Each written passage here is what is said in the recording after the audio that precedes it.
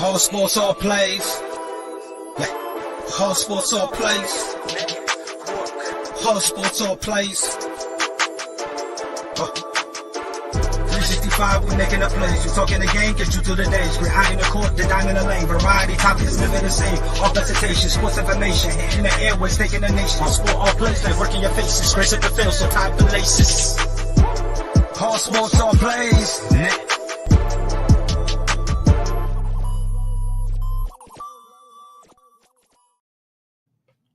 Welcome back to He's on Fire podcast, you guys. I was psyched today. I was hyped. I was over the moon at the way the Phoenix Suns were playing. I could not believe what I was watching. And then the refs wanted to do what the refs wanted to do and own the game. But I have a few stats that we definitely need to get into regarding the 13 losses as well.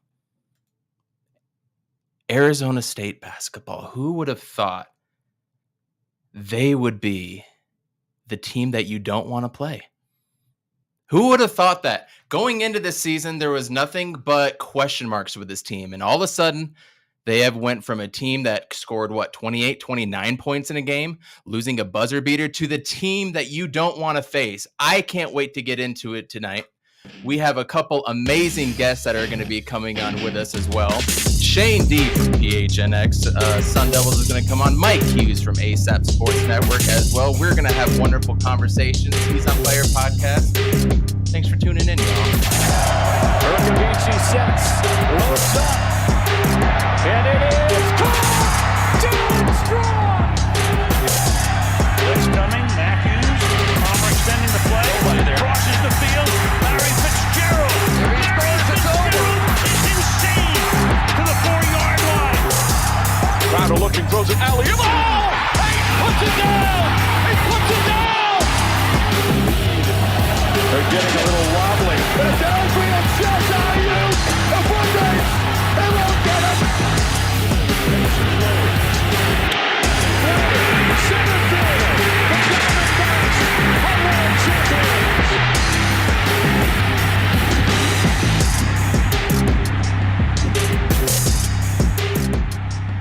I just kind of realized I'm going to have to get rid of that Jaden Daniels throw to Brandon Ayuk. I don't know. Maybe I'll go with the Blockchinsky or something like that. But I think I got to get rid of that one, unfortunately. But you guys, welcome back. He's on Fire podcast. Really appreciate you tuning in. Please share this out, like it, and give us a 5-star review, all that fun stuff. You guys have heard it before, but it is officially March, and we need to get right down to the business with the Arizona State Sun Devils basketball. Yeah. And joining me tonight, Shane from PHNX Sun Devils. Welcome, man. Thank you for coming in. How are you? I'm good, man. That intro is fire. The Jaden Daniels clip. I don't know. Do you need to? Is it a time to scrub Jaden? Is that what the consensus is around Arizona State? Man, yeah.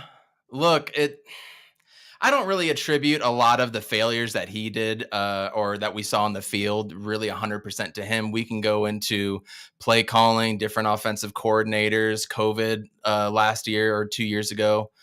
We can get into all that, but ultimately, he just didn't live up to the hype, right? At the end of the day, when it's all said and done, he didn't do it outside of that one pass that was in my highlight reel, right? Yeah, the thing with him, I think, I've said this before, but it's just the freshman season, I think, really screwed him. He came out blazing, and everyone kind of wanted to go back to that spot, and he's been kind of an average quarterback. And the LSU thing is funny to me. SEC's defenses, everyone's been talking about it, but it's definitely going to be interesting to see what he can do there. I mean, they've already got kind of a full, I don't know if I'd say stacked QB room, but they have a full QB room. So do you think there's a potential he might sit a year?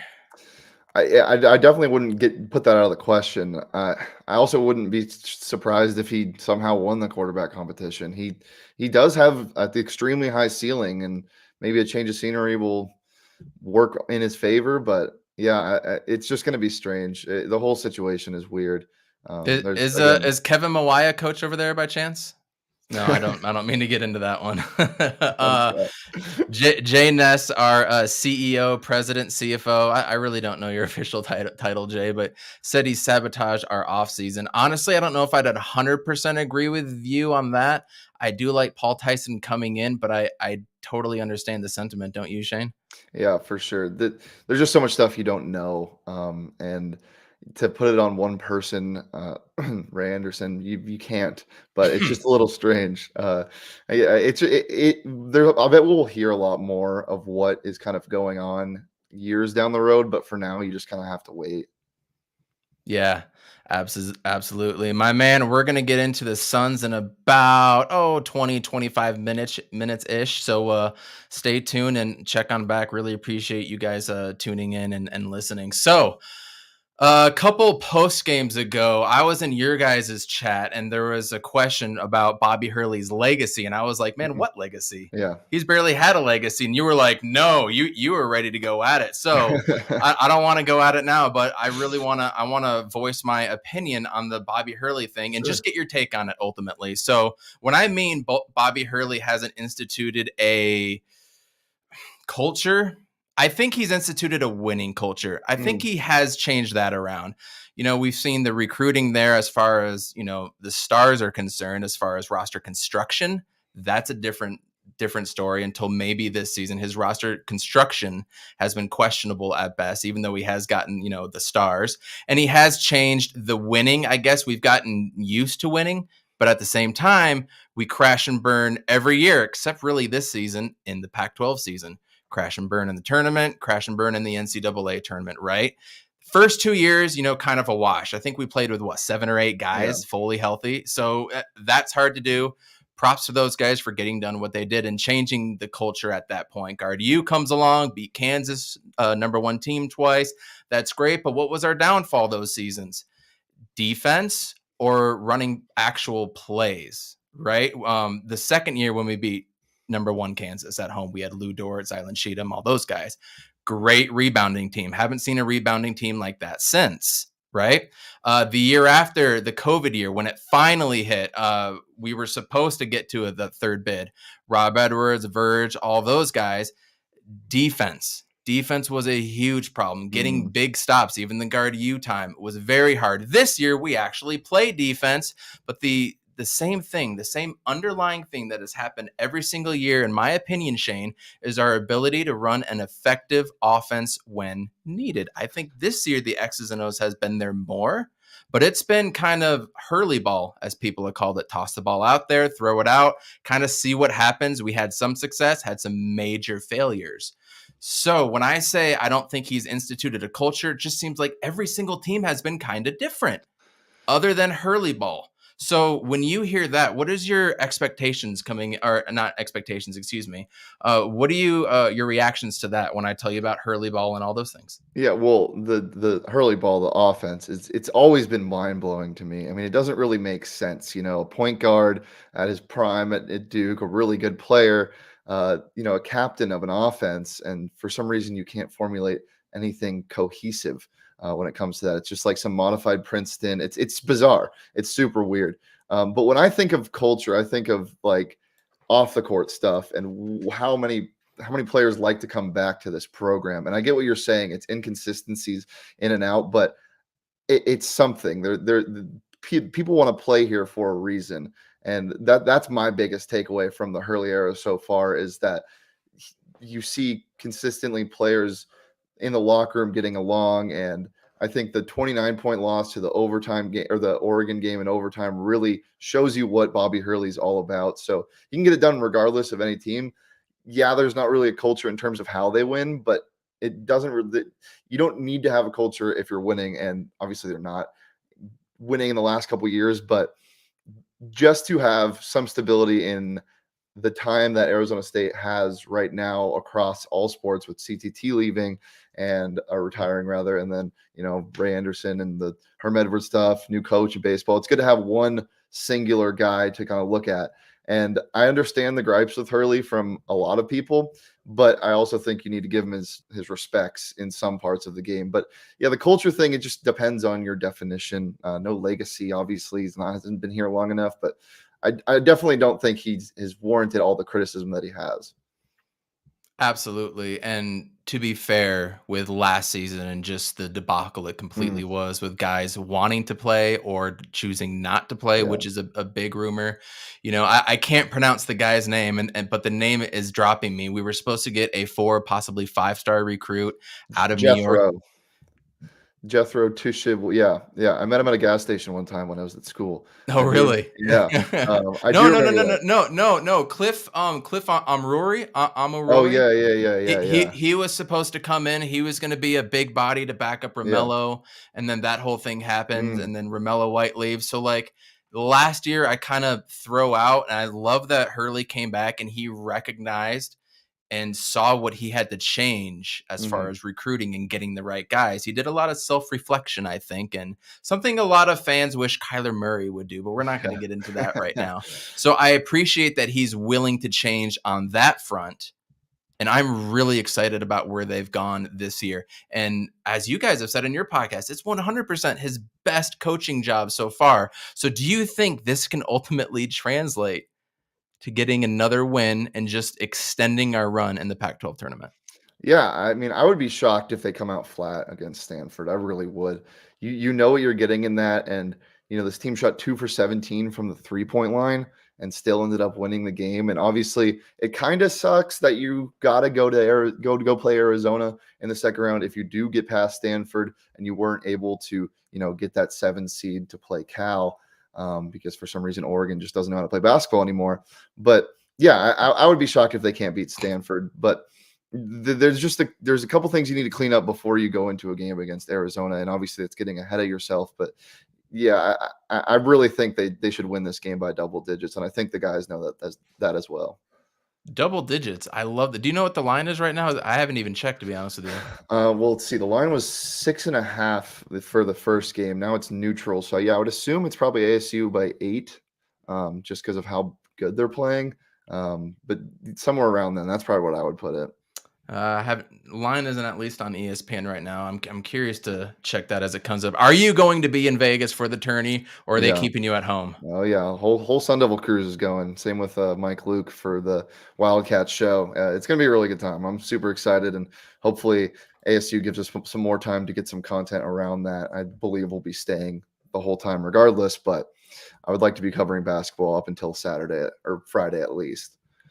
Hell yeah, that's awesome. So where's postgame going to be? Are you guys going to be inside the stadium, or where's that going to take place? So postgame will most likely, we're trying to find a bar to go to because Mike Luke has his old connections from his radio days. If not, we might do it just a nice little cozy hotel room style, feet swinging off the bed, hanging out at the Excalibur. So it'll be a really good time. But yeah, regardless, it's going to be dope. I'm really stoked. Vegas is always fun. Tournaments. Make sure you drop the room number in the comments so we can all join you afterwards. Yeah. Love doxing myself. It's one of my favorite things to do. So the Pac-12 tournament and the Pac-12 season as a whole is officially a wrap. Before I get into everything else, I had a little banter with a buddy before I got on here, and we were talking about college basketball as a whole and winning the regular season versus the tournament. You've seen in the Big Ten, historically, somebody out of the Big Ten, like Michigan did a few years ago, they were like the 5th or 6th seed. Oregon State last year. It almost seems like the Pac-12 season doesn't matter now, and it's more about the tournament. I remember Lute Olson years ago. This is after they were a number 1 seed and lost, by the way. This is like in 2004 or 5. He said that the Pac-12 tournaments and all tournaments are trash, and you're really just throwing away the regular season like it almost means nothing, and you're dwindling it down to a 3-day championship. What is your take on the tournament championships versus a regular season award? I mean, you get the job done in the regular season. Doesn't matter if you get bounced in the tournament championship. Like, do you really care about the Pac-12 title, or do you care about winning the whole damn thing? Like, if you think the tournament is stupid, then why care about a regular season title? I don't think it really. I like it. I like the buys. I definitely think that the 1 and 2 seeds should get at least a 1 or 2, even 2 game bye, like they do in the West Coast Conference with Gonzaga and St. Mary's playing in the semifinal. But yeah, I love it. I mean, it's just, this is what college basketball is about. It's so damn fun, and I can't imagine it any way different, really. I completely agree. Even at the high school level where I coach or used to coach, no matter what, at the very end of the season, you're 0-0. You could have 3 wins on the season. You're going to play in the playoffs, and that's a big thing. That's just part of basketball. But getting into this season, UCLA overall, I mean, they had a good season, but was it where UCLA was supposed to be? That's debatable. USC had a great season. Colorado had ups and downs. I mean, the rest of the Pac-12 had ups and downs. Outside of Arizona, what are some of the things that you looked at that caught your eye during the Pac-12 season? Definitely Oregon's kind of ASU type start. A lot of new faces coming in. Will Richardson couldn't really find his groove, and now they're starting. They started to play really well in the like 3/4 mark of the Pac-12 season. Now they've seemed to fall on their face again. So they're an interesting team to watch out for. They can get blown out by 20 to Oregon State even, or win the whole damn thing. You just don't know with this team. Washington State's a really scary team as well. Teams that shoot the 3 ball really well are the most terrifying teams to play in tournaments, and Washington State is no exception. They've had some huge nights in the Pac-12 shooting the ball from beyond the arc. And then I like Washington. I think Washington gets past USC. Washington in their zone and just the way they play. Terrell Brown Jr.'s just on fire. Those are 3 teams I definitely watch out for, aside from the main 2 in UCLA and Arizona. I actually completely agree with you, although I'm really intrigued about this Oregon State matchup. So if the way I'm a fan, like if we win, I can enjoy the rest of the games. If we lose, I don't give a damn about any other game. You know what I mean? That's just kind of where I'm at. Josh Hunt, thanks for coming in as well too. No, you cannot escape Shane. Welcome. We really appreciate it. So I want you to answer this question. The Sun Devils will win the Pac-12 championship if you get consistent production from your starting 5 all across the board. You can't have what was happening at the start of the season where a DJ Horn carries the load with 25 points and nobody else really does much. The way this team has been winning 7 of their last 8 is by production from the entire starting 5, and Marion coming off the bench, or Jay Heath coming off the bench, depending on what they do with their lineup. There have been multiple games where they won games with 5 guys in double figures, which is just ridiculous thinking at the start of the year when you'd only have like 1 or 2 in double figures most nights in and out. It's consistent production across the board. I think the defense is going to stay as it is. It really hasn't left this whole year. You just got to get consistent buckets, and that starts with Marion Jackson, who I'm going to look to have a huge tournament if the Devils want to make a run. Is he your favorite Sun Devil of all time? The way you've been talking it up. Just because of how much I watched him prior to coming to ASU, sure, and him not panning out at the start of the year. So this, roller coaster of a season has felt so good when he starts to perform the way he knows he should play. So you said we need consistent scoring, consistent effort, output from our starting 5. Who is our starting 5 going to be? Another thing that's been inconsistent this year, not really so much in fault of Bobby. He's just trying to find the hot hand and go with it. But who is our starting 5 going to be in your mind? If you're to put the team on out there, game 1, who's it going to be? I really liked what they did over like a 6-game stretch when they had like the most consistent starting lineup. I believe it was DJ Horn, Jay Heath were the combo guards, and then Luther would start at the 3, and then it was Graham and Gaffney. So I don't know if Marion's starting was probably just because of senior night. I would assume he probably comes off the bench again because that spark really helps the Sun Devils winning or losing a game. I would probably keep Marion on the bench until the under 16, and then he almost always closes games. But I would probably go with those 5. Maybe trade in Luther for somebody else here and there. I've seen them go big a couple times as well, but I would probably. Kamani probably has to be starting in this Pac-12 tournament. Yep. So maybe you go smaller, but I would probably go DJ Horn, Kamani, Jay Heath, and the 2 bigs. Absolutely. I would agree there. When I went to the Utah game here, he had to start because DJ Horn was out that game. And I just kind of felt like he was in a rhythm that game until the second half when Bobby kind of pulled the plug on the offense. I mean, they were getting steals. He's been getting steals all season. What am I talking about? But they just seemed to be in a rhythm, and it kind of felt like they rode the hot hand here. And then when he was on, was it Thursday or Friday with you guys during the day, which I had to secretly hide during work and put one AirPod in, by the way. You almost got me in trouble. But I had to listen to that back live. It was curious to hear about his injury beforehand. I mean, it just makes so much sense. But to see a guy go out like that and still perform and make it seem like there is nothing wrong with him, even though something was, it must have been driving him nuts. I take my hat off to him. It feels like he's been the utmost professional player that we've had this whole season. So I commend you, Marion Jackson. I know you're probably listening intently and taking all these notes down, but I commend you. But one guy that hasn't been there, Marvin Bagley, dude. It's just so weird. It's so strange. I have to think it's a family thing. I really do. I think it's the older brother dealing with injuries. His dad is a really intense guy. And I think maybe if they turn it around immediately after the UCR game, then he probably tries to get back earlier. But after the slide they had, I think he just kind of decided, and even before the run they made, I think he already made up his mind that he wasn't going to be back, which is strange because Bobby multiple times this year has said that you're going to see him. But it's just obviously not the case. Huh.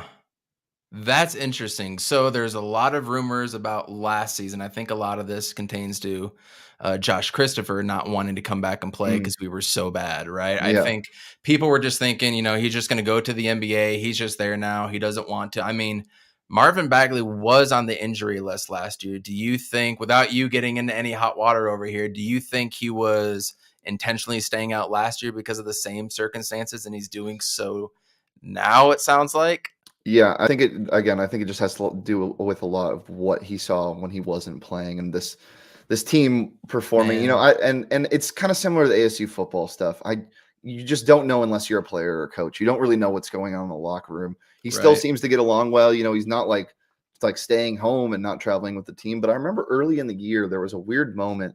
The first time they played in Southern California against USC, Bobby said in a press conference, it was good to see Marcus, because he was going to visit his knee specialist in LA, and it's like they passed by each other. It was like good to see him for this period of time. Like he hadn't seen him in a while, which was strange. So I don't know. There's a lot of stuff going on. I don't really want to speculate as to what exactly is the problem. But if I had to guess, it's probably something with an injury combined with how the team performed middle of the year. And it's really not worth it for a guy that can get paid big bucks in the NBA.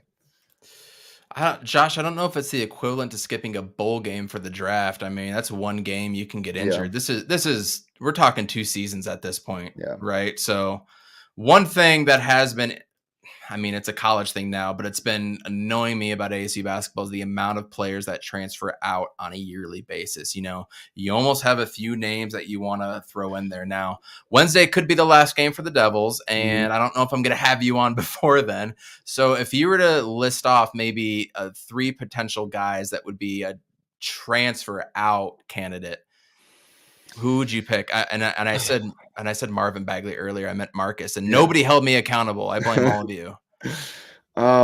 It's hard because I want to think everything's all roses in the locker room all the time. I want to think that they all love each other, but obviously, I thought Jalen House loved it here as well, and now he's going off at New Mexico. If I had to pick 1 or 2, it would probably be Enoch, just because he doesn't see the floor enough. But he's so raw, I don't really know if I think he probably understands that from all cases. He plays hard. He's the only guy that I could really see doing it. I don't think Jemiah would leave. I think he has a bright future as a Sun Devil. I think he's going to polish up that offensive game. But loyalty kind of doesn't waver. So, guys that had just came in, DJ Horns and, Luther Muhammad. I doubt Luther would leave just because he's been here for a while. So the only name I could really think of is Enoch. Do you have anybody else in mind? I was gonna say Marcus Bagley, probably the other one. If Yeah, that were to happen, I mean, he's clearly not gonna go to the draft, yeah. so that would probably be the only other one. But I would also say Enoch because of one guy who is coming in, and I actually watched quite a bit of film last night when I couldn't sleep. And when I Mhm. say film, I mean YouTube highlights.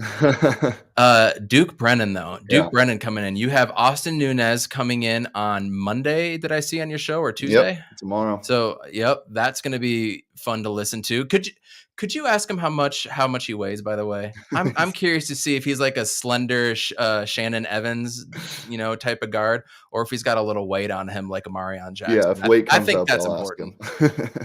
him. But Duke Brennan, man, he looks like the most polished big man that we've had coming into college Mhm. since I would say Pendergraph easily. Yeah.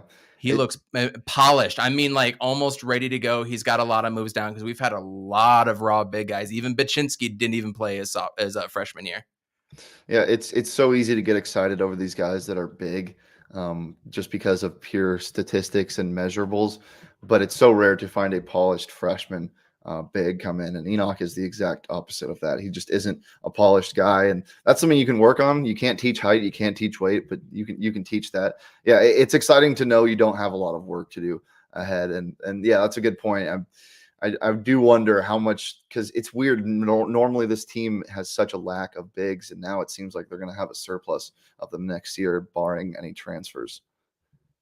Alonzo Gaffney, he's a junior. He has one more Yeah, eligibility year, correct? I believe so.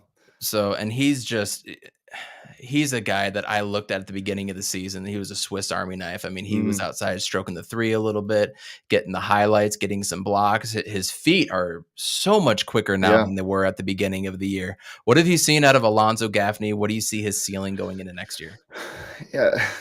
He's one of those guys that you're like, I don't know if you need to shoot because this team is full of shooters, but it's been working the last couple of weeks.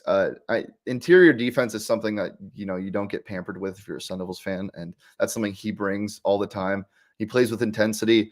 We always joke on the show that sometimes he Gaffneys where he fouls out with no points, but that's fine because he's just a presence inside. Even if he's not blocking shots on the stat sheet, he's affecting trajectories, and he's not a guy that you're going to get too much slower with if you're switching screens. That's something that the Sun Devils do pretty often. So I like him a lot, and he's just the most upside of upside guys in terms of body.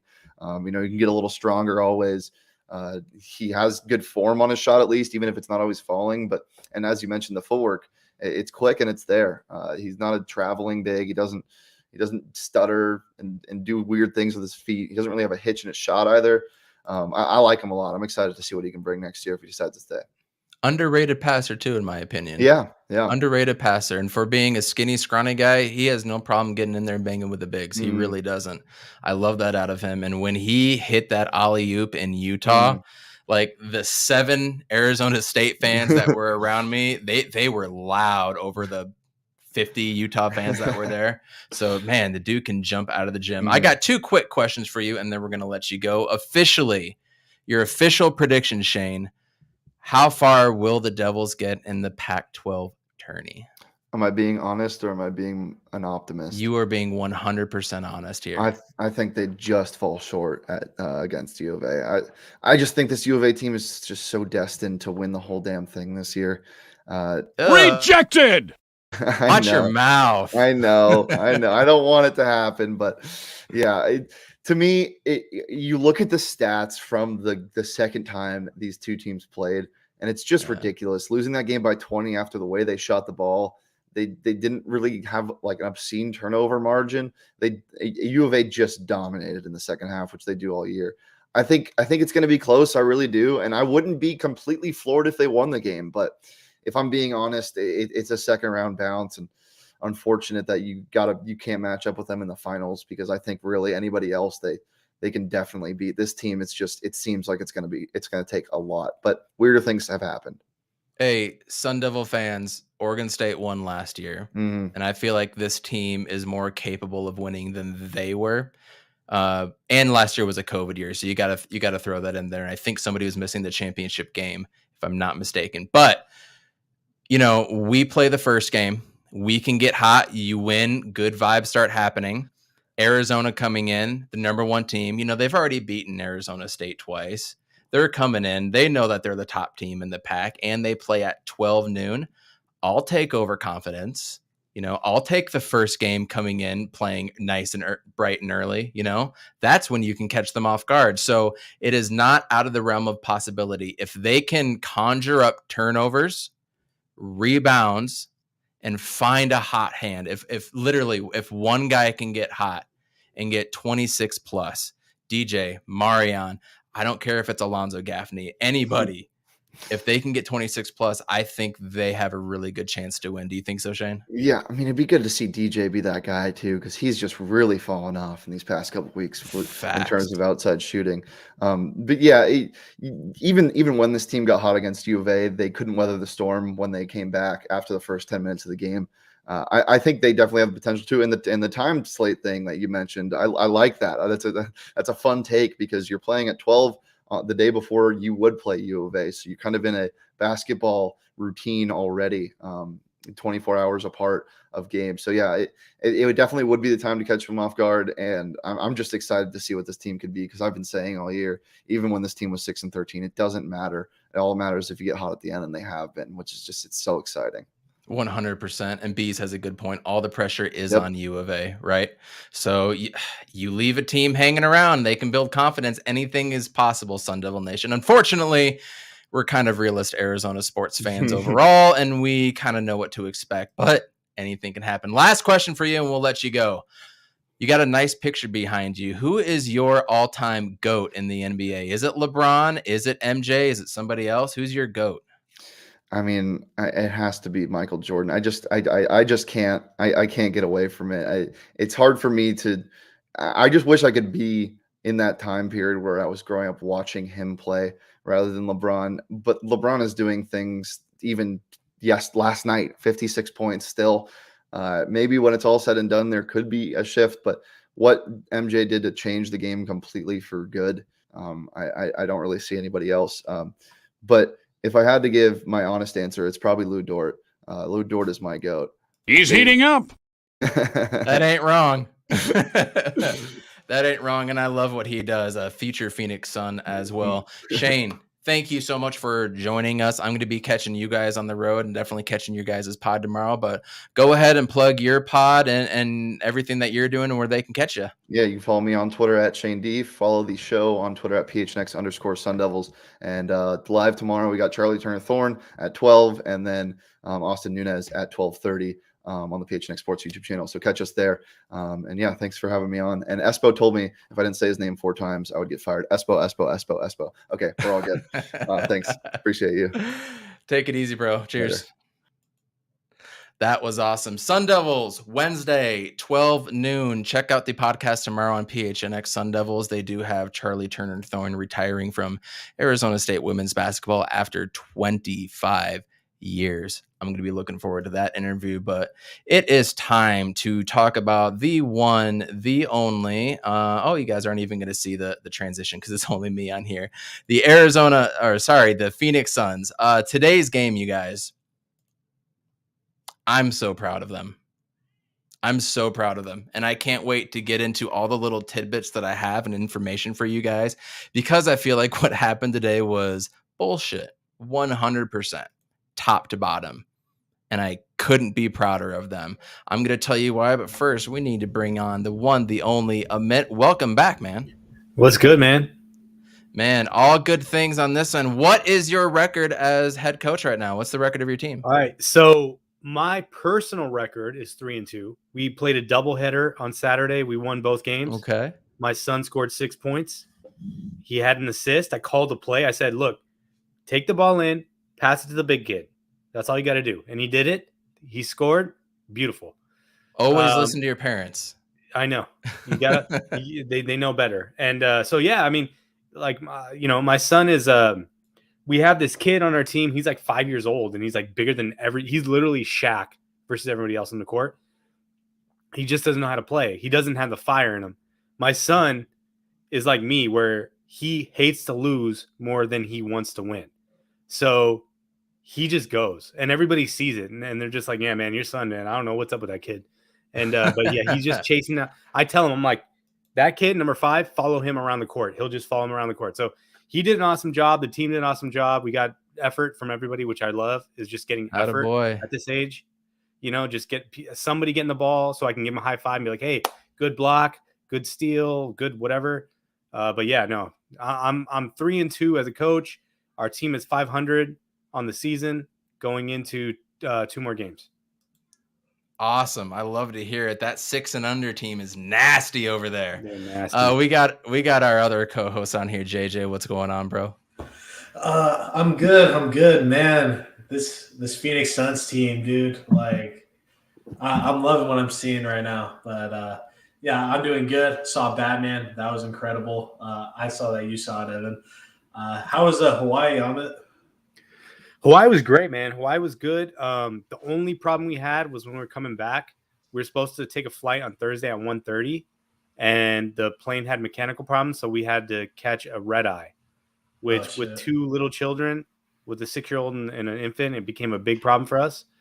But I mean, otherwise, like, everything was pretty good until it just got really stressful at the end. But it was good, great trip. Awesome. Recommend it to anybody. Awesome to hear. Yeah, it's a little crackly, actually. You might want to go back, but you know, we have to bring on the one and the only Mike Hughes from ASAP Sports Network. Huge Chicago Bulls fan, so I can't wait to get into that. I have a couple questions for you, but it's been a long time coming. We've been chatting in the group chat for a while. Welcome on, man. How are you doing? Man, it's a pleasure to be on here with you guys, man. I appreciate you guys giving me the opportunity. I love what you guys are doing over here. Evan, you know, we had a rough start together, man. It was miscommunication. I was having a bad day, hungover. You know, you talked a little trash on the Suns, and I just got to back them up, but it's all love. It's all love. I was like, who is this guy? And then all the guys were like, nah, Evan's cool. And I was like, all right, I'll rock with Evan. I'll hear you out. And I'm loving what you guys are doing. So it's just a blast to be on. Awesome, dude. Thanks so much for coming on. We really, really appreciate it. Before we get into it, everybody, please like this stream, share it out everywhere, subscribe to this channel, the ASAP Sports Network channel as well, too. Leave a 5-star review, Apple Podcasts, Google, Spotify, all that fun stuff. And support the podcast on Anchor, too, if you so choose to. Getting into the Phoenix Suns, Mike, we're going to get into a lot of topics here in the NBA as well, too. Did you see the Bucks and Suns today by chance? I got a chance to watch the bootleg version on YouTube, just the highlight reel. That's usually, you know, I'm real busy with everything I'm doing over at ASAP and stuff. So I've just been kind of just picking and choosing my battles on what I'm watching. I got a chance to watch Braun versus the Warriors. I definitely checked out, you know, the Suns Milwaukee game, and the fact that Devin Booker, I did not see that man enter the court whatsoever, and then saw the final score. I was mesmerized by that. And obviously the greatest Chicago Bull of all time, Cameron Payne, doing his thing. You know, I just hate the guy. So I hate him. I'm so happy for him that he's finally found a place. But I'll never forgive him for those days in Chicago. I mean, he had it rough. He had it rough for a minute. We had it rough. He was getting paid to do nothing. No, and he went on a couple teams, and he went into the Shanghai Sharks or something like that. Didn't do anything over there, and somehow it just works over here. Mm-hmm. It just works with campaigns. So I'm glad he's on our side now. But before we get into, I want to know your takes on the Phoenix Suns overall. But I gotta pass it to Amit and JJ just because of the fucking game today. Man, Amit, I want to start with you because you've been out. I just want to hear your overall thoughts because we were texting back and forth just a little bit at some time. Just go, man. I want to hear your thoughts. So I got a bunch of thoughts on it. I wrote some things down. I think number one, you know, I watched this game and I had the feeling, if you guys remember that Spurs game where after Diaw and Stoudemire got suspended and we're like, okay, if we can just hold on. The Pat Burt game, of course. Exactly. Can we just hold on and win this game, right? And the whole game, I'm thinking this is an L anyways. I kept telling my son, he's like, no, the Suns are going to win when they're up by 10 in the second quarter. And I'm like, just pump the brakes. I mean, I don't see it. Like, we have to be able to have enough gas to finish this game. The same way that game went, where we were up by like 23 or 24 points, and then we ended up losing. I had that same feeling. But then in the fourth quarter, I see Bossman 99 hit 3 clutch threes, timely threes. I see Shamit in the first quarter carrying the team the way that Booker carries the team in the first quarter, usually with 14. I think he had like 14 points or something, right? Yep. Yeah, We had, there was some limitations. There was obviously like the foul situation. 17. Was it 17? Yeah. And even that, like, I think the only free throw we had in the third quarter was a technical foul. Like, we had no free throws in the third quarter. We missed, but yeah. And we missed it. And it was Shamit. But Shamit, though, I mean, I think he showed a lot. I think he showed the fact that if you put him in extended minutes and let him be part of the offense rather than just like a third or fourth option, he can do a lot more than just he's one of those throwback just what do you call them? Just shooters, but he has the ability to be a playmaker as well. And he just can't finish at the rim. And we saw that throughout the game. He couldn't finish. Campaign couldn't finish. A lot of guys, because Giannis is there. And I have a thought about that, which I'll talk about later, which is adjustments for when we play them again. But if we had 5 minutes from Cam Johnson, 5 minutes from Book, 5 minutes from CP3 at the end of the game, because we would not have 3 straight turnovers in that game. He would not have let that happen. No, absolutely. They're just things where you're just like, you look at the team and you're like, this team is really stacked. They're really deep. We know the limitations on some of these role players now. Especially Campaign, because Campaign played in up until, maybe 3.5 quarters. He played pretty much a perfect game, but then you just saw him trying to do too much. He was a game worse, by the way, for the team, a -17 and plus minus. Not that plus minus means anything, but just throwing that out there. Yeah, no, I mean, you can't look at it game by game, but like, I mean, what he was doing was, getting to the rim and scoring in various ways. But then when you try to do it against Giannis, it's not going to work. I mean, and that's where, I'll talk about the adjustments we can make later on. But, I just, they played a great game. I honestly, I thought we were going to take the L. And the fact that it was that close, it's just that same like Arizona heartbreak where you're just like, we got so close and like we ended up losing the game. Moral victory, though, right? Moral victory. I mean, I don't care about that. I mean, I saw what the refs are doing. That that doesn't count. So that's my thing. And Monty should have. I mean, he didn't. There's 2 things where he played 2 bigs at once, which he should have done that. Twice. And then he should have challenged that Chris Middleton push off. Yeah. Right. Yeah. Absolutely. Which he didn't do. And, maybe, I don't know why he didn't do those things, but maybe he's experimenting. I don't know why he wanted to save that timeout, because it really would have helped us at that point. Because there's probably 2 or 3 plays in the game where he could have challenged him and won. And I understand why he'd wait to the very last minute. But then that was the last minute, bro. Like, that was it. You got to, like, challenge that one. Well, you can challenge anything under 2 minutes, and that was like at the 2:45 or 2:55 mark. Like it's then or not. JJ, what are your thoughts on the game, real quick too? Man, this game was insane. But what's kind of crazy is that this game today and that Knicks game were relatively really similar. It was just the back and forth, and role players just stepped up. But I will admit the defense was a lot better this game than it was the Knicks game.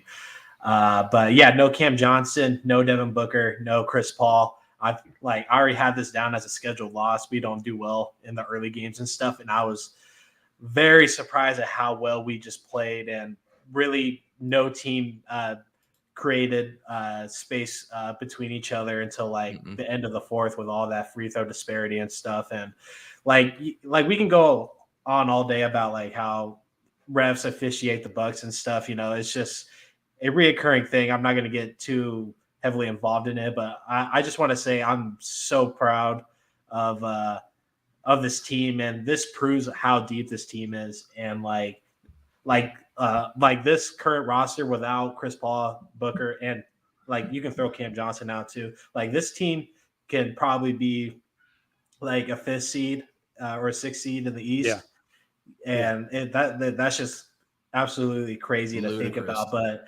Campaign, he controlled the whole game. He was so good. And you just forget like when a Campaign is good, like when he has those good stretches. And You forget how good he is. You really do. Yeah. Like, sorry, Mike. He's just sneaky good in this 0.5 offense. Like, he just draws defenders and he just catches the center slipping every time. There's a lot of times Ibaka looks silly. Like Giannis was like a step too late on a lot of campaign goaltend. Yeah, that was like 50-50. That could have gone either way, but like a lot of Giannis's blocks are like right there, So, but yeah, campaign, like, he just had a field day today. Like, he was chippy. Dude, Aaron Holiday outplayed his brother. like that whole game, except for the fourth quarter, Aaron Holiday was having a field day with Drew. He didn't turn it over. Yeah. And Drew had 4 turnovers for what it's worth. Yeah. Then, Sham, he finally had a good game. Like, this qualifies as Sham's first good game. Like, he was chippy. He was very physical. He was physical when driving in the paint as well. He got to the line a couple times, which I love seeing. He was just locked in from the jump, and especially the duo between Payne and DeAndre Ayton. Like, they were just torching this team just all day until like the last 5 minutes. Just DA just went crazy this game. And so, but don't you guys think, and Mike, this is kind of more directed to you, don't you think all these stats and everything considered, doesn't this bode not so well for the Bucks in the Eastern Conference? Like, doesn't this say more about the Bucks than it does the Suns in the Eastern Conference, Mike? No, I don't think it does. I don't think it really does. I think, obviously everyone's going to have games, and I'm not taking anything away from what the Suns did tonight. It was amazing. But, the one thing about True Holiday and the problem with True Holiday, having nights like this is the conversation of, this is why you're the third option. This is why you've never been the number one on a championship caliber team, is because you're just not consistent enough. Now, True Holiday desecrated my Chicago Bulls the other night, and he put a dagger into their heart, and that man was looking like the best player in the league. And that's just point blank period. The man was not missing a shot. He was doing his thing. But the problem with them is just, it's really, when you match them up with height, I feel like they have a problem. And when JaVale McGee's out there, when DeAndre Ayton's out there, and everybody else is giving them a problem like campaign, and they're hitting their shots, I feel like you can really contend with Milwaukee. That's why, as a Bulls fan, to me, the entire year, and it's no disrespect to Milwaukee, I was at the playoff games, them versus the Nets. It was a great series. The fan base is amazing. Shout out Dan Vincent. It's my old teacher. He's been a Bucks fan his whole life. He deserved that. But it comes down to it at the end of the day, to where who I'm more afraid of in the East, one is obviously Philly, because they've just had the Bulls number the entire year. But Miami, to me, is someone I'm terrified of, because of how big they are, because of how versatile they are, and how they do not give a single shit about using their body. Like, they are willing to tear their ACLs just to get that ball. They do not care. They will break a shoulder. They will break your clavicle. They will tear an elbow. They don't care. And I think, right now what you see from this team is they're very big. But when it comes down to it, at the end of the day, everybody needs to be great. Bobby Portis, I love Bobby a lot more than I love Campaign. But I hate Bobby. Rejected. Y'all gotta respect. There's no positive Bobby Portis talk on this podcast. You gotta love we don't tolerate that trash. We don't talk about. I'll tell you what, when he punched Nico Mirotic in the face in the Bulls facility, it was the greatest day of Mike Hughes' 15-year-old life, and I was there for it. And honestly, I think Mirotic should have got fired for it. You got your ass beat. That's how it should have went. But Bobby got canned. Now he's got a championship, so it all turned out. But I do think the Suns proved a lot today. Evan, you were there when I did defend it. Freddie Henderson, the owner of this ASAP network, still owes me $50 because I told him at the start of last season that the Suns were going to the finals, and I was called a fool, and that LeBron James was the GOAT, and that the Lakers were going to win easily. And I was the only person that was rocking with them, because I'm not going to lie to you guys. The only reason I had it was because Devin Booker, I've been following him since Kentucky. But I felt like having CP3, that's definitely what this team is. But my last point, I wanted to say it to Evan, because we've never really gotten a chance to talk about it. I was so happy when they lost the finals for one specific reason, was because I felt with CP3, him getting to the finals was him winning a championship. Everybody else was so young. They really didn't know what that felt like. And Devin Booker, to me, if you listen to him, and everybody always says he has Mamba mentality. No, he doesn't. Because Devin Booker even publicly states, no, I don't. I'm my own person. Kobe's a mentor to me, but I don't want to emulate that. To me, that loss is what thrived this season. It's what built CP3 into getting into this mode. DeAndre Ayton is playing like a big man. He wasn't last season. That's just the reality of the situation. He's doing things that are 10 times better than what he was last year. And I think losing that finals was better for the longevity of this team. And you're starting to see that now, especially on nights like tonight. I agree. Absolutely.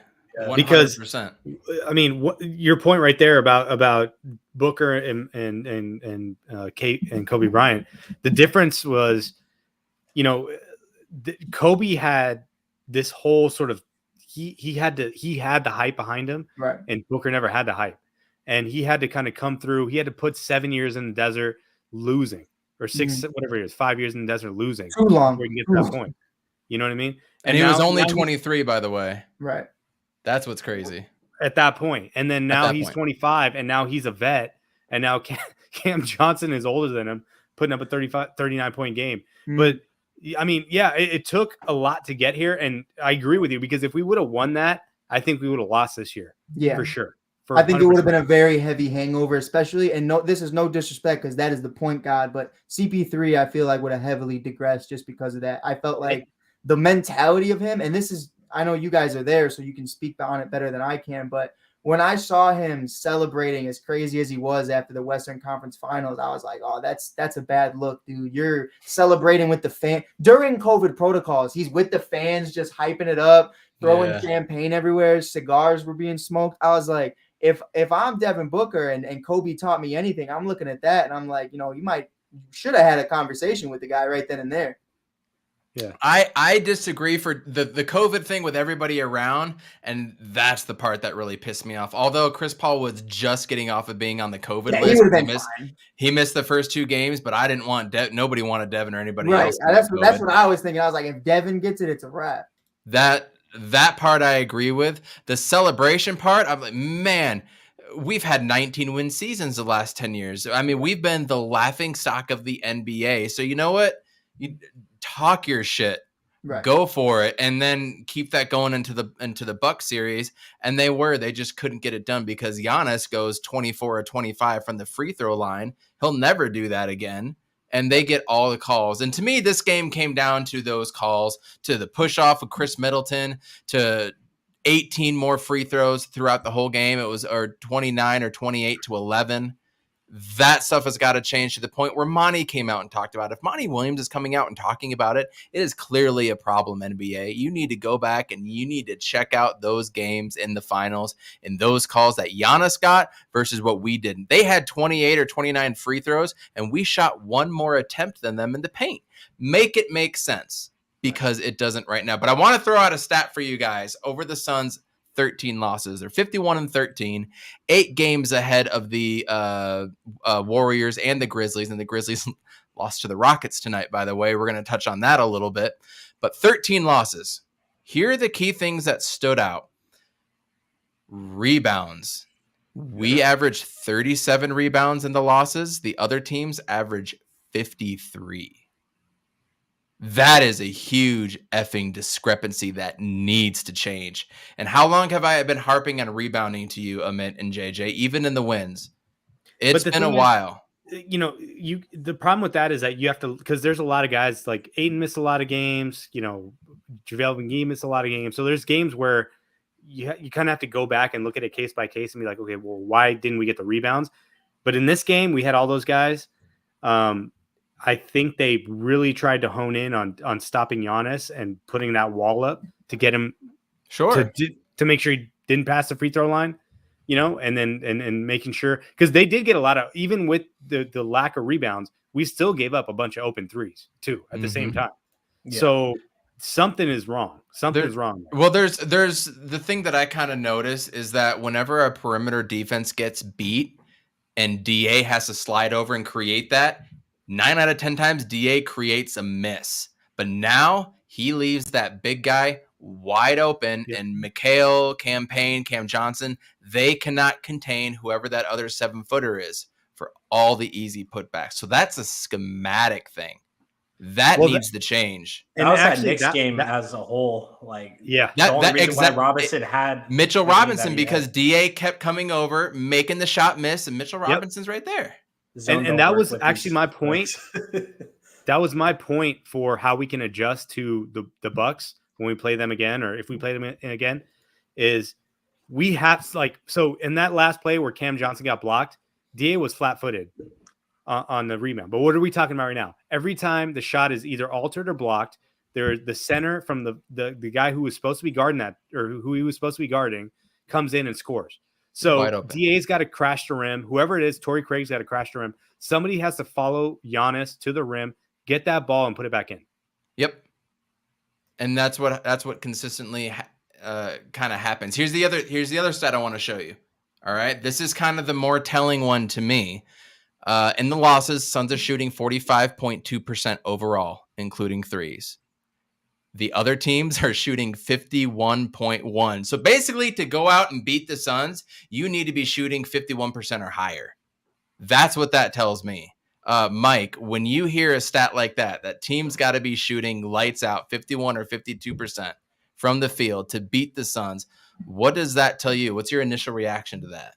The Warriors. That's really the only stat there. It's the only thing that comes to my mind is the Golden State Warriors, because when I think about it, it's, what are we really going to get from Brooklyn? What are we really going to get from anybody in the East right now? Really, I'm going to be completely real about it. DeMar DeRozan, I guess you can call him a legitimate three-point shooter. Lonzo Ball, you can call a legitimate three-point shooter, but other than that, I'm not going to sit here. Alex Caruso is a threat. He's not legitimate. He's a threat. I would really like to see how he comes back with this wrist injury. It's shout out Grayson Allen for just being a complete piece of shit. But hey, he felt that the other night. But that's cool. Elbow to the face, but we got called for it. That's okay, Evan. I guess that's fine, because as long as it doesn't happen to the Bucks, it's completely fine. But it comes down to it, though, to the end of the day, to where the Golden. Hold on, I missed this drop. Hold on. He's on fire. I was a little too late for that take, but go on. But the Golden State Warriors, to me, when Wiseman ever comes back, potentially one of the biggest draft busts that I've seen in quite some time. Anthony Bennett. Yeah, it's definitely up there. Everyone wants to talk about Zion, but I think we're really looking at someone like James Wiseman right now that what Golden State could have done, whether it be even LaMelo Ball. If you would have put LaMelo Ball at the 3 or just messed around and just done something creative, I think it would have been dope. But if Klay Thompson can get on his groove come playoffs, and Steph Curry is obviously going through his thing right now, but it's Steph Curry, you got to respect it.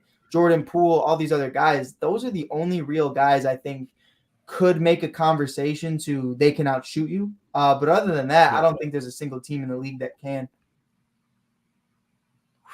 So, go on record. Do you think the Phoenix Suns can win the finals and get Phoenix's first championship this year?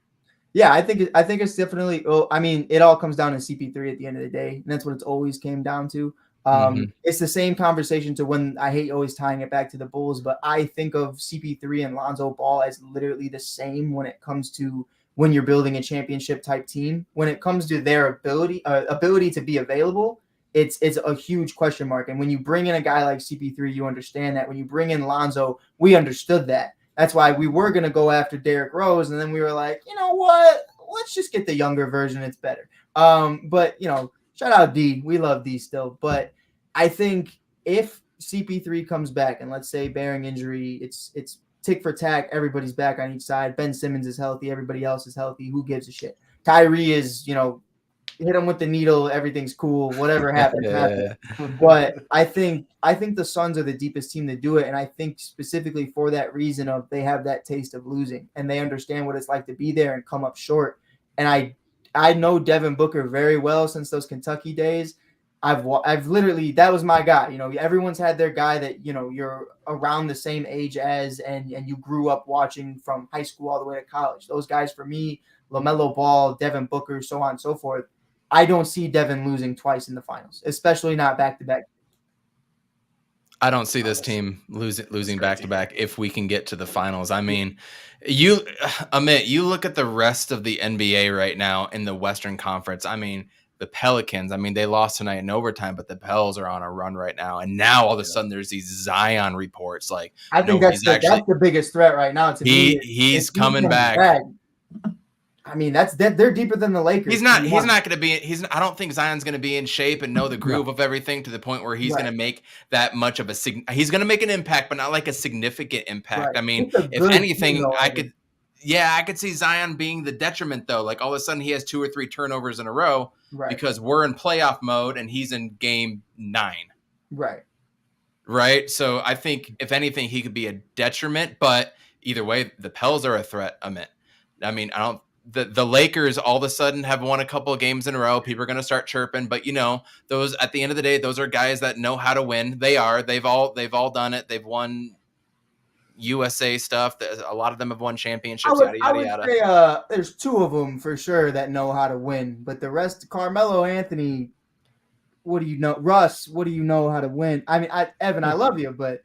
Malik Monk and Kendrick Nunn, who lost in the finals? I'm not worried about them at all. Hell no. That's what I'm saying. Who really knows how to win on this team other than LeBron and AD? No, you're close, completely right. You are completely right. But this is full of veterans that know how to play the game of basketball. Right. Unfortunate for Suns fans, Russell Westbrook is not somebody that knows how to play basketball right now. And they don't have this. I don't think they have the size to compete with anybody. I mean, we'll out rebound them, out block them, points in the paint, everything. Right. They just don't. It takes LeBron 56 points to beat a Warriors team that's 2-8. Over the last 10 games. The Warriors are going down.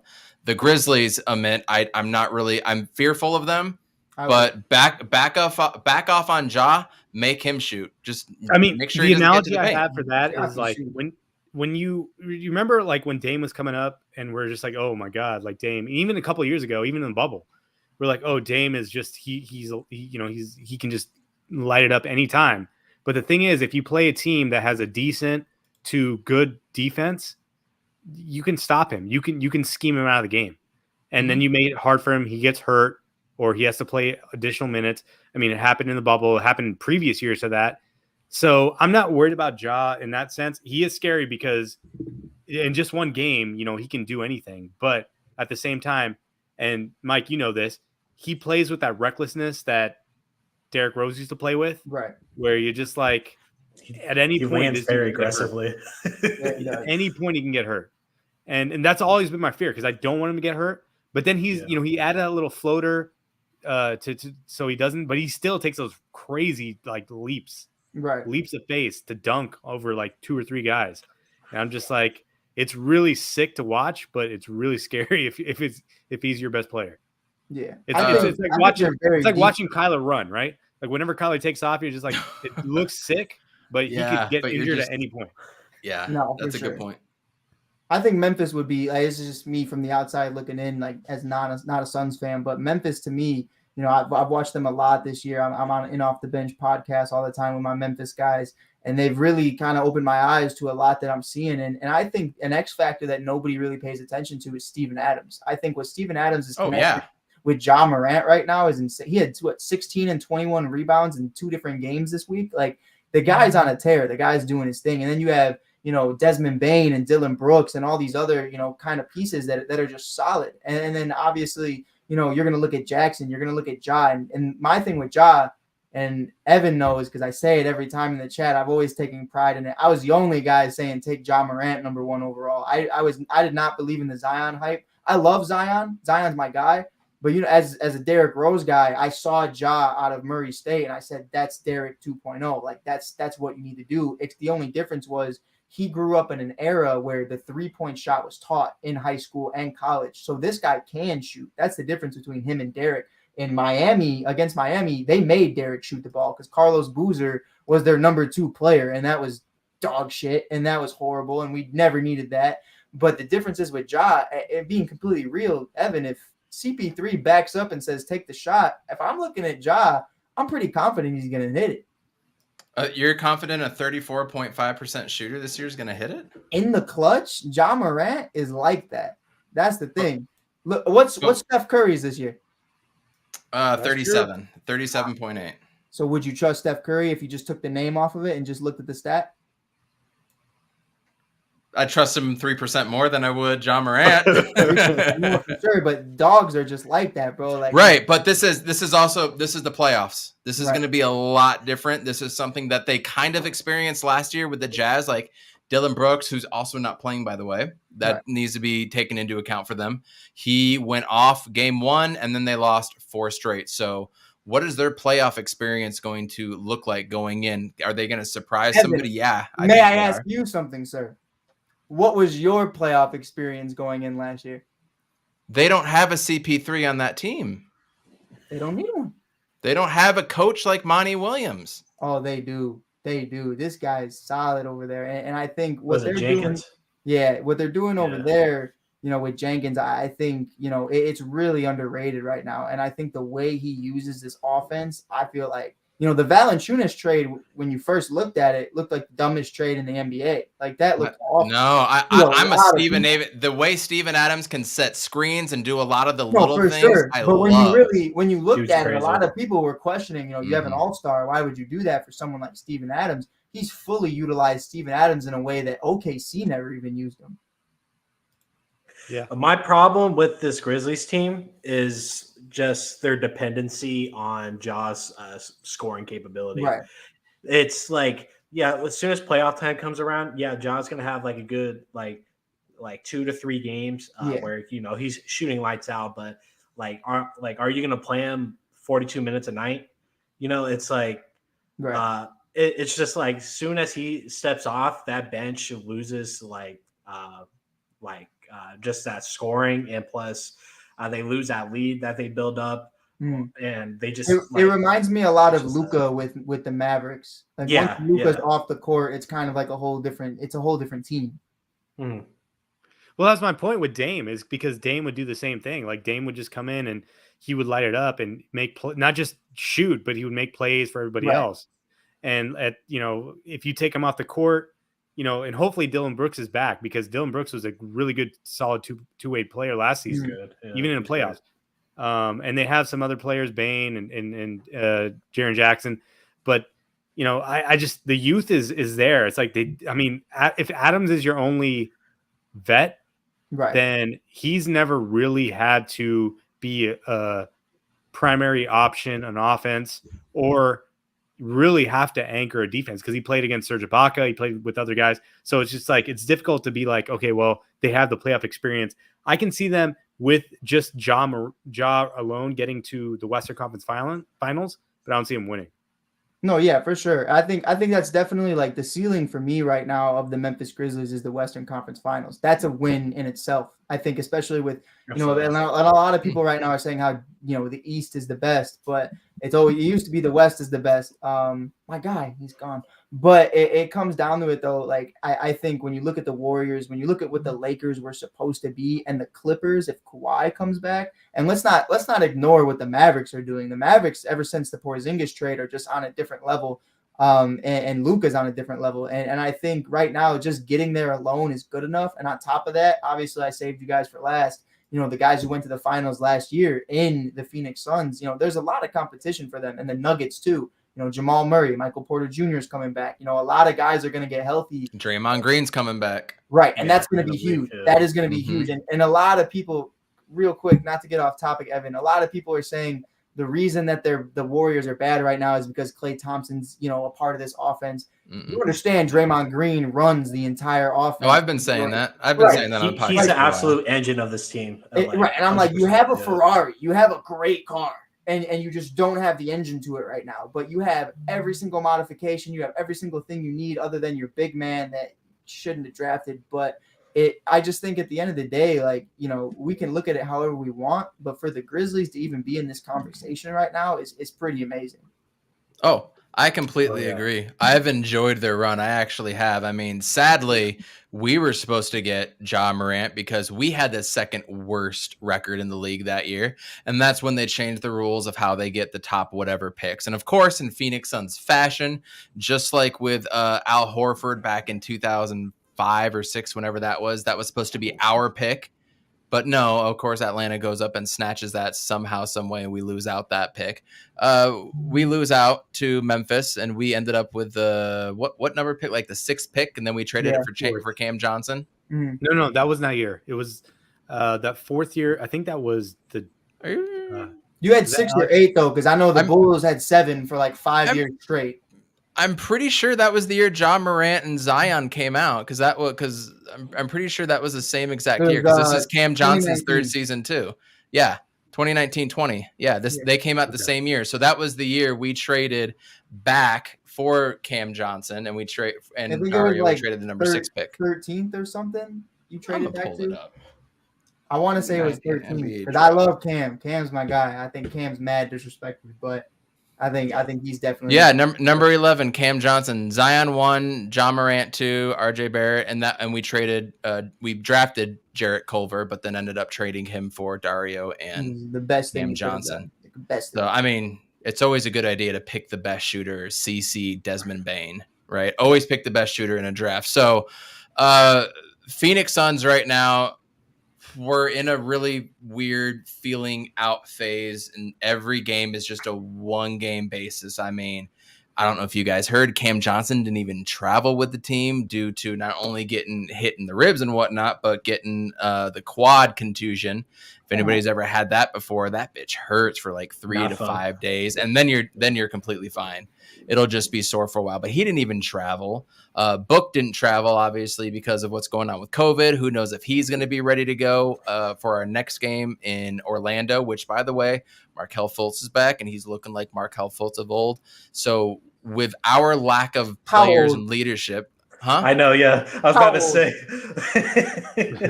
Are we talking college or are we talking Philly? No, since he's been with the Magic, he's looking like the Markelle Fultz of old with the Magic. When the Magic started off and they were something like 16-6 or 16-7, and then they had those slew of injuries, and then they were just done for. He's looking like that Markelle Fultz, like something happened to him and he was ready to go. And he's back doing the Magic thing like he did before. So no game is assured. We play Orlando, and then we play Miami. We'll have a post-game podcast after the Miami game, 9:30 Valley time on Wednesday. We're going to be playing 2 more games, probably without all of those guys. I have said it on this podcast. I don't want the Suns reeling going into the playoffs. You know, I don't want them losing a slew of games and being backed into the playoffs. I mean, this could be a letdown game. We don't have all of our guys. We beat the Knicks. Everything's looking good. We look good against the Bucks, but then our heart gets ripped out. So we could be moseying in thinking like, you know, we could really get this game. The Magic suck. We're doing this. We're doing that. That could be a game that, you know, is a wake-up call. I mean, every game is big for the Phoenix Suns right now. Amit, would you agree with that, or are you not worried about games at this point? There's only 18 left. I'm not worried because it's not football where it's 1 week, right? Like we only have 1 game a week. Like that ruins everything. Like if you sit everybody week 17 and then you go into that bye week, if you have a bye week going into the playoffs, you have 2 weeks of where you sucked, right? So it's different with this team, especially with this team, because we didn't know what to expect in this game, right? Like we had no idea Shamlo was going to show up. DeAndre is going to put a 30-piece. You know, Mikal, and we could talk about Mikal. He hasn't played consistently as a defender, a priority threat on the offense, but everybody else played well. And like we said, like if you get 5 minutes of Booker, you get 5 minutes of CP3 or Cam Johnson at some point in the game, it changes the whole complexity of it. So I'm not worried. I'm not worried at all. JJ, are you worried at all? No, not necessarily, but I do want to take advantage of like these non-playoff teams, or like kind of just I agree. Sort of these middle teams. You know, you just have to take advantage of that, and plus we have a nice lead over the Grizzlies and Warriors. I just want to keep that going. I want to keep that distance, so by the time the end of the year rolls around, we can just like have, you know, our starters on the bench and just kind of roll into. I mean, if we beat Orlando, I'm totally fine with everybody resting against Miami, and then we come back ready to go this Friday against Toronto, who we had a hard time the first game we played them. They had like 37 offensive rebounds, and we barely won that game. Right. But, overall, I'm feeling good. I feel good about the performance today. I do think we're one of the top teams in the NBA. I'm not going to crown anybody right now because I don't give a damn about who the best team is in March. I care about it in June when it matters. Right. So we just got to keep this train rolling. Mike, Chris Paul, you wanted me to come on your podcast, talk about Chris Paul. Kind of tell me why. What is it about Chris Paul that intrigues you, that you want to talk about, how special he is, the point guard, yada, yada. Kind of go off on Chris Paul for a second. Oh yeah. Well, Chris Paul, first, Evan, before anything, I just want to say, if I were you guys resting them against Miami, if you're worried about rebounding, I think that's a great test for them to try to get into that groove, try to get a good understanding of that. So I think they shouldn't. I think they should rest against the Magic and then play Miami. But to get on the Chris Paul stuff, I mean, that's my point guard. That's my guy I grew up on. I loved every single bit about Chris Paul, and we're kind of getting towards this stretch to where it's the end of his career, and I just want to cover it as much as possible on the biggest platforms that I can, because obviously, I'm 21, 22 years old now, and we're looking at it as, I didn't get a chance to cover the Cubs in the World Series. I didn't get a chance to cover the Derrick Rose days, and covering LeBron, no matter how you feel about him, covering CP3 are guys you might not ever get a chance to cover those type of guys ever again, because, obviously there's always going to be the guys that you compare. Like, I'm hearing Tyrese Maxey is the new Allen Iverson, but at the end of the day, it's not Allen Iverson. It's not, you know what I mean? You know what I mean? Oh, Philly's going nuts about it. But that's what the hell? And that's what I mean, though. Like, there's small comparison to where Kevin Cobb was the second coming when he had a good 3-game stretch in Philly. Exactly. So, and you know what? Yeah. This is my brother. We grew up around the same neighborhood. Ayo Dosunmu of the Chicago Bulls. I love him. He even says it in his entrance. I am from Chicago, Illinois. He doesn't say I'm from Illinois State. He says I'm from Chicago, and I love that. But to say he's the second coming of Derrick Rose, that's not what it is. And I love him. I love him to death. I think he's going to be great. But to cover Chris Paul right now, I feel like not enough people are respecting Chris Paul into what he is. And I think, his presence is felt in so many different ways. I love the Lonzo Balls. I love the Chris Pauls. I love those type of guys. And the Derrick Rose of new are guys that I just fall in love with, is because, the stats aren't gonna wow you. But obviously, but what they do and their presence that's felt. That's why Steven Adams is my favorite big man in the league. That's just how it is, period. It was DA. The DA be pissing me off sometimes, and I just no, I get it. It is, and then it's not very fast, and it's never been AD though. So I hope you guys will appreciate that. I mean, he might have Chicago tattooed on him, but he wears Green Bay Packers merch, so he is exiled for me. But it's something to where, with Chris Paul, like, the intangibles of what he's doing, if ever was on the Lakers when that was supposed to go down, I feel like already has 3 championships by now. And if that were the case and he ended up on Phoenix, I think you guys would have won last year. Yeah. Man, those injuries that he had like 17 different injuries to each finger, toe, thigh, knee, everything, the shoulder thing. It was just a killer. But what you said, how that prepared us for this year, I completely agree. I also think not even just losing, just what Giannis did prepared us for this year. I mean, Monty Williams even went in and told Giannis right after the game, you're going to make us better. Right. You made us better. Thank you for doing that. And man, we could go on a whole podcast about Monty, which, we freaking should. But you being the younger generation, Mike, we've had an ongoing debate, and you know what? I might have to go back and start taking tallies, and JJ already knows what I'm about to ask you. I already know you're about that. Shane came on earlier. He said his GOAT was MJ. That's me and Amit's. He's the GOAT. Who is your GOAT? Is it MJ being in Chicago? Is it LeBron? Is it a Wilt Chamberlain or somebody else? Who's your GOAT? I have 2. I have a biased GOAT. No. You got to have one. Well, I have one legitimate answer, and then one is just my personal opinion based off of what I like. But my biased answer is Shaquille O'Neal, and it will always be Shaquille O'Neal because I was born in 2000. That's my guy. I grew up on him. That's my MJ. I just missed the Bulls dynasty. And then for whatever reason, I was told to suffer for 21 years. But that's beyond the point. But it's cool. It is what it is. But it comes down to it, to me, the GOAT will always and forever be Michael Jordan, in my opinion, just because when I say it like this, I always make it. I'll give you guys 2 examples, and one is PG and one is PG-13 because I'll lower it down because I know we are on TV. But you don't need to hear it from Jay and Freddie. I'm just you know what? Conversation. We'll talk about this later, Evan. But they ain't censoring me anymore. But when I think about it, let's talk about The Last Dance. Let's talk about that documentary. I just finished it for the 3rd time last night, by the way. It's a great documentary. Every single episode was him winning a championship or him shitting on somebody. And throughout the entirety of the 90s, and Hakeem wouldn't have won those rings with the Rockets if Michael didn't retire. And I believe truly that they would have won 8 straight or at least 7. And I think at the end of the day, when you get the LeBron James documentary, there are going to be 6 times that you watch that man go to the finals and lose.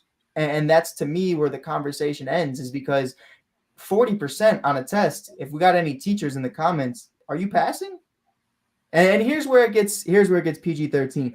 Evan, I don't know if you're a married man, but I'm going to take you back to your heyday, back when you were a young stud, right? You're doing your thing. You go to a girl's house 6 times. You get with her 6 times. That's a dub, right? Now your buddy goes over to that same girl's house 10 times. Only gets with her 4 times. Evan, come on, bro. That's 6 times my guy just went there and went home with nothing.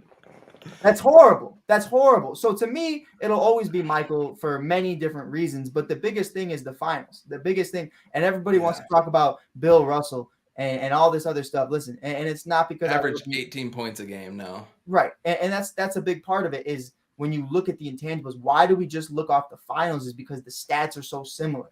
So you have to base it off of that.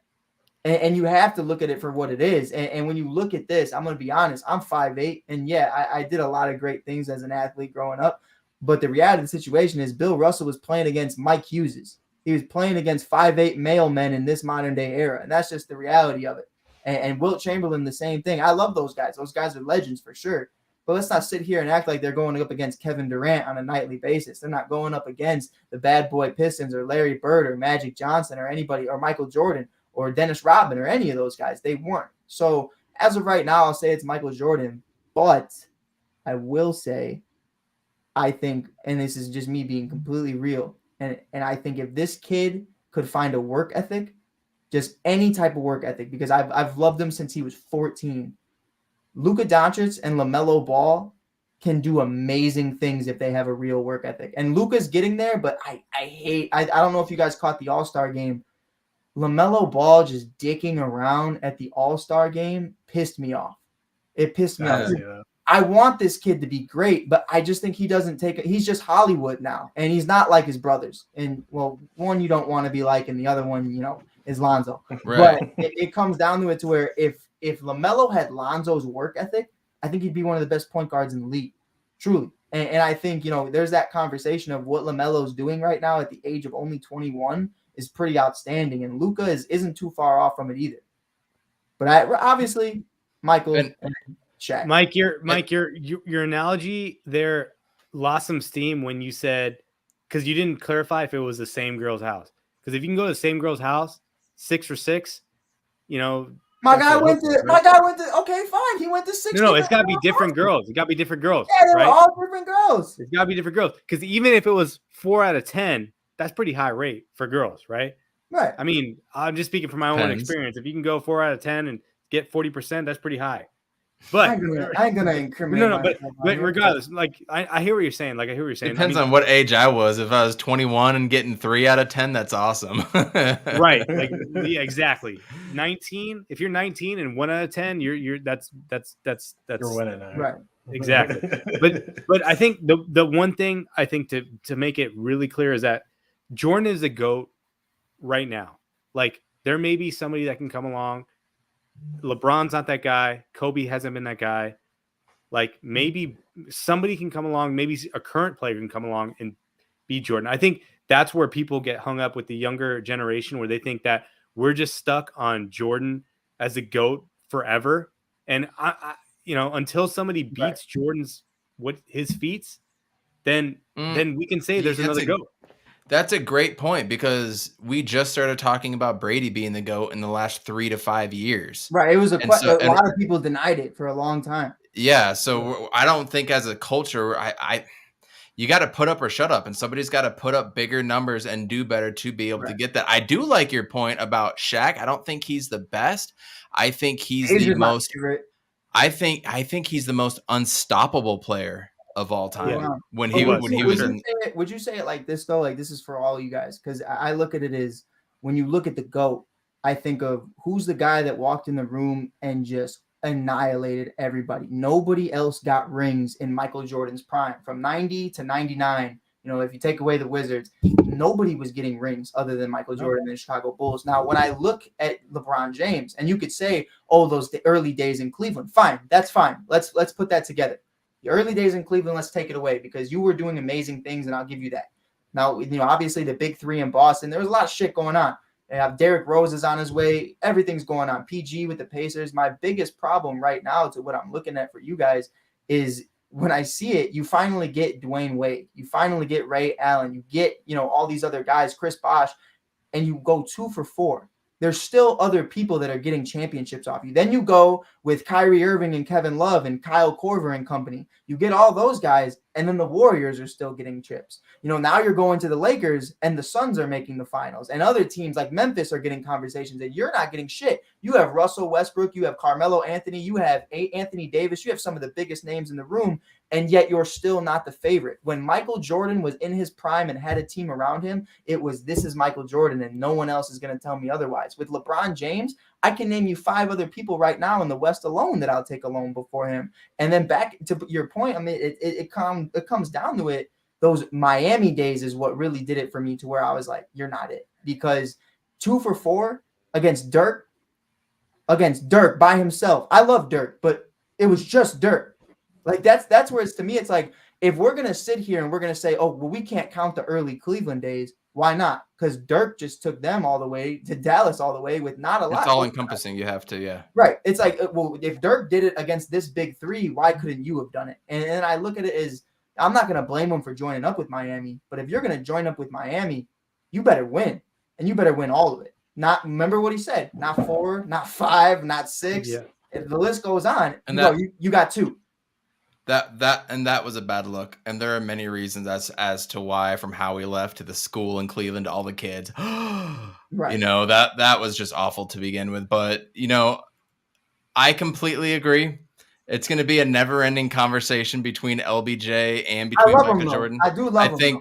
I think outside of the basketball court, I think what LBJ has done, like for kids and, you know, the school and all that is far better and remarkable. But you know what? Jordan wasn't built that way. He didn't give a damn. He was about himself and wanted to win. And I respect it as well, too. Hey, what's he always say? Hey, we'll keep it PG for Freddie. It was F them kids from the jump. And that was my favorite Michael Jordan quote ever. I was like, what did he say? And that's where MJ was at. So, Mike, my man, thank you for coming on. Plug your podcast and where everybody can follow you as well. Yeah, man. You know, Mike on the Mic podcast. You can find that Apple Podcast, Spotify. We work with the Chicago Cubs, sponsored by Baseballism. If you guys check that out, if you're into baseball, definitely something to worth your while. Bench Mob Chicago, always sponsoring Mike Hughes, always sponsoring Mike on the Mic. Everything Chicago Bulls related, we cover it. We love everything they do over there. Unfortunately, Bench Mob has been a little light as of late because Tristan Thompson is god awful. But you can find me on the ASAP network. You can find me at 1252 Sports Entertainment. For how long, I have no idea. But we'll see what happens with that. We're dropping some tea tonight, Evan. But we'll definitely still be with the ASAP network. Thank you guys for having me on. Like it's been a lot of fun. Anytime you guys want, I'll hop on whenever you need. Sounds good. We'll definitely take you up on that. Phoenix Suns fans, 2 big games coming up this week before we meet with you Wednesday night. A couple more games later in the week. I'm sensing a live podcast against the Lakers next Sunday, so stay tuned for that as well. Arizona State Pac-12 Tournament. Also, He's on Fire podcast. Thanks for joining us. She sets, looks up, and it is caught! Down strong! Blitz coming, Hughes, Palmer extending the play, crosses the field, Larry Fitzgerald. If he scores, it's over.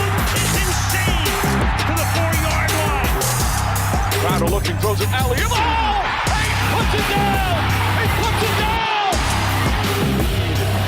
They're getting a little wobbly.